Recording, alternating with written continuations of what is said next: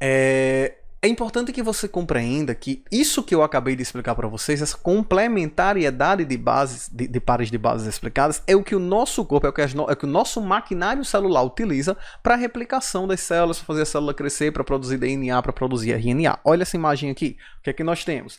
RNA polimerase é a proteína.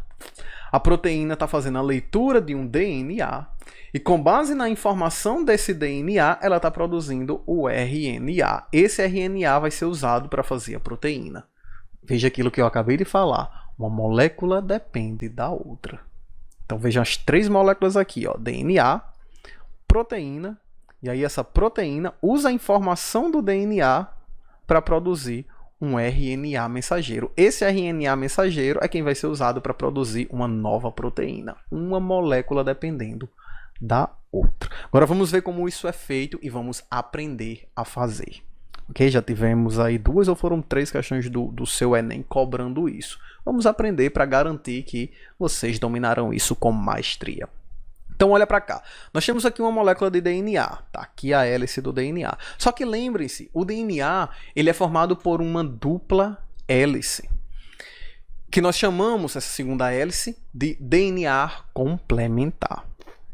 E aí, a partir da informação da primeira hélice, vocês já devem ser capazes, com base na informação que eu mostrei no slide anterior, de construir a informação da segunda hélice. Então, usando a informação do DNA, é possível construir o DNA complementar.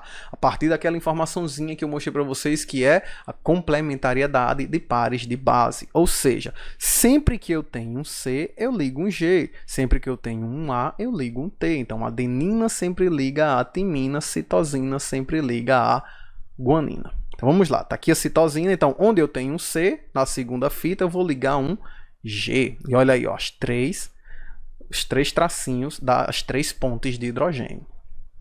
Onde eu tenho um A, tá aqui na fita eu tenho um A, onde eu tenho um A eu vou ligar um T, essas 2 pontes de hidrogênio. Onde eu tenho um G eu vou ligar um C, onde eu tenho um T eu vou ligar um A. Onde tem G eu ligo C, onde tem T eu ligo A. T, G e C sempre com 3 pontes de hidrogênio, A e T sempre com 2 pontes de hidrogênio.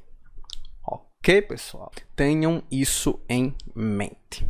Agora, beleza, professor, ensinou no desenho, bonitinho, só que muitas vezes na minha avaliação não vem esse desenho bonitinho, não. Vai vir assim, ó. Olha para cá. Aqui nós temos uma fita de DNA, geralmente anunciados de questões vão te mostrar assim, né? Você está aqui estudando porque está se preparando para uma avaliação. Então a questão vai e diz, o filamento de DNA hipotético mostrado abaixo, está aqui um filamento de DNA C, A, G, T, G. Por que eu sei que isso aqui é DNA? Porque tem timina. Se tem T é DNA. Se tivesse uracila, você sabia que era RNA, mas tem timina, DNA. Então, o filamento de DNA mostrado na questão pode ser utilizado para produzir qual DNA complementar? E lá você vai fazer o DNA complementar. Então, olha aqui, onde tem C, de novo, complementariedade de pares de base. Onde tem C, eu ligo G. Onde tem A, eu ligo T. Onde tem G, eu ligo C. Onde tem T, eu ligo A. Onde tem G, C. E onde tem T, eu ligo A. Certo? Então, ó, usando o DNA mostrado na sua questão, na sua imagem, eu posso produzir a seguinte fita de DNA complementar, que seria a segunda hélice.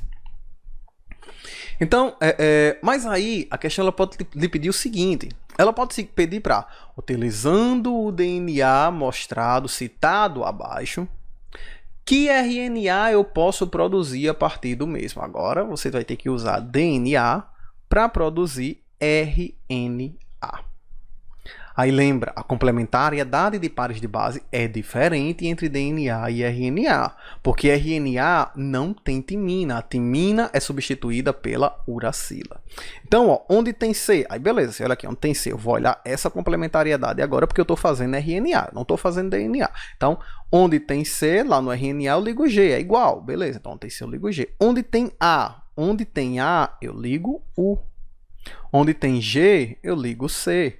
Onde tem T, aí agora lascou, professor. RNA não tem T, beleza, mas no RNA o T é substituído pelo U. Então, onde tem T, eu ligo A, é como se fosse o U. Onde tem G, eu ligo C, e onde tem T, eu ligo A. Certo? Então, o T é como se fosse a uracila. Ok? Tenham isso em mente. Ok, pessoal? Então, isso aqui, utilizando-se da complementariedade de pares de base, nós podemos construir uma molécula com base noutra já pré-existente. O que vocês têm que ter cuidado é só o comando das questões que vocês estão respondendo.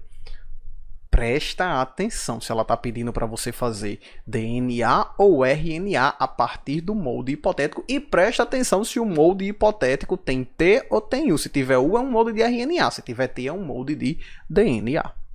Certo? Tenha isso em mente. E, gente, outra coisa. O que a gente está fazendo aqui é, quando você usou DNA para fazer outro DNA, o que você acaba de fazer é uma duplicação do DNA ou uma replicação do DNA. Nós dizemos que isso aqui, atenção para isso, é uma replicação semi-conservativa. O que seria uma replicação semi-conservativa? É uma replicação onde eu conservo a informação, mas se você verificar, eu mudei as bases. Então, ela é semi-conservativa, certo? Eu usei a complementariedade de pares de base para fazer a segunda fita. Usando essa fita, eu posso voltar à informação inicial, por isso ela é semi-conservativa. Ela conserva a informação, mas com base na complementariedade dos pares de base. Então, aqui foi uma replicação ou duplicação semi-conservativa, certo? Ao passo que, quando eu passei de DNA para RNA, o que eu fiz foi uma transcrição. Então, transcrição de DNA para RNA, processo de transcrição, ok? Tenham isso em mente, e isso finaliza o nosso estudo sobre os ácidos nucleicos, e vamos avançar para o estudo das vitaminas, ok, pessoal? Então, esse é o nosso próximo componente orgânico. Vamos falar agora